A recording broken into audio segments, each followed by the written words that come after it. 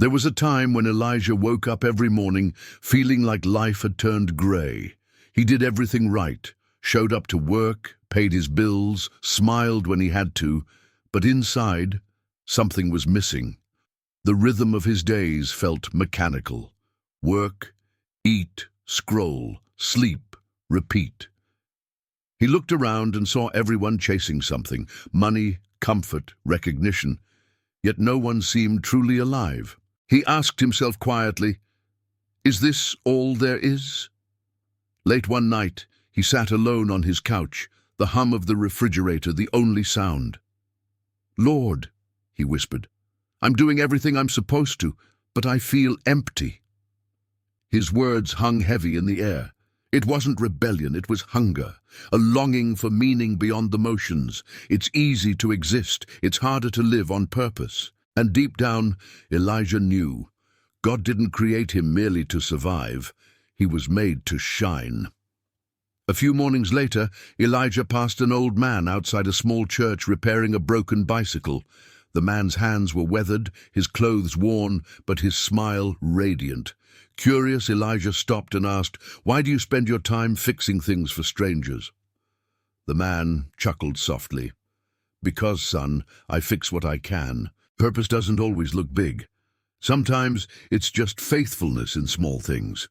Those words pierced Elijah's heart. He realized that purpose wasn't about doing something impressive.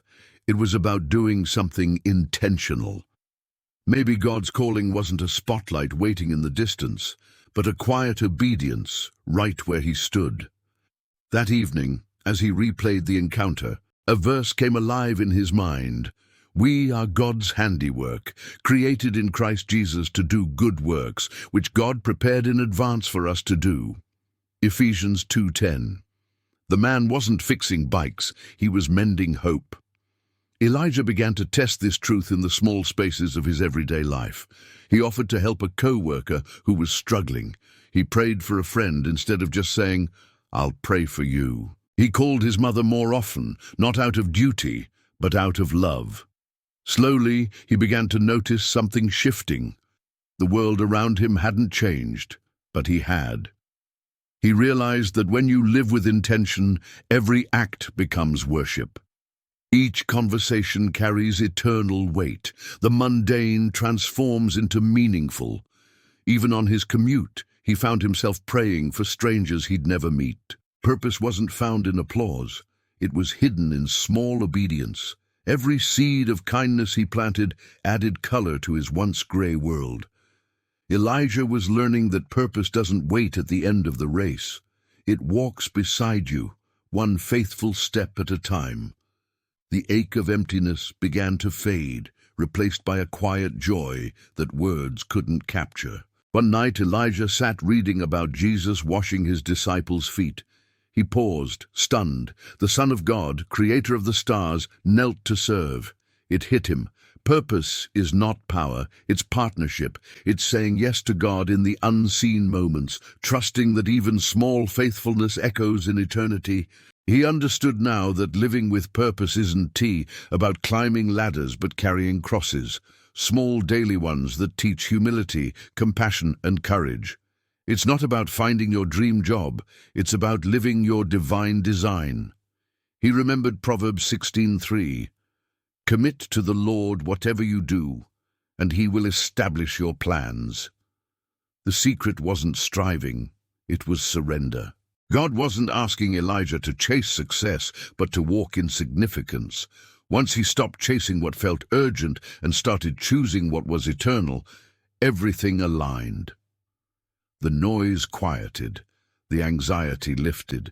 For the first time, his soul rested. "Lord," Elijah prayed one morning, "I don't want to just exist anymore. Teach me how to live the life you dreamed for me before I took my first breath. Open my eyes to the purpose hidden in every ordinary moment. Help me to serve without seeking recognition, to love without expecting return, to give without fear. Let my heart align with your rhythm, and let my work, no matter how small, reflect your greatness." When I lose sight of my direction, remind me that your purpose never loses me. Shape my days with grace, and let my life be a thread in your masterpiece." He exhaled slowly, feeling the weight lift from his chest. That prayer wasn't a plea for a sign. It was an invitation for surrender. It was the first time Elijah realized purpose isn't discovered through striving, it's revealed through stillness. And sometimes, prayer isn't about asking God for answers, it's about becoming one. Weeks passed, and life didn't suddenly become perfect, but something inside Elijah was steady now. He still went to work, still faced problems, but the emptiness was gone. Each day began with gratitude, not complaint. He no longer needed a grand revelation to feel alive. God's whisper was enough. One night, while journaling, he wrote, "I used to chase meaning, now I live it." He smiled at the simplicity of it. He had stopped waiting for clarity from the sky because peace had taken root in his soul.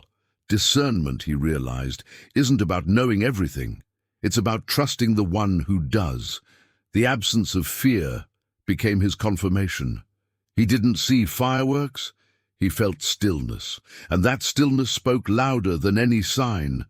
Living with purpose didn't remove uncertainty, it simply replaced it with peace.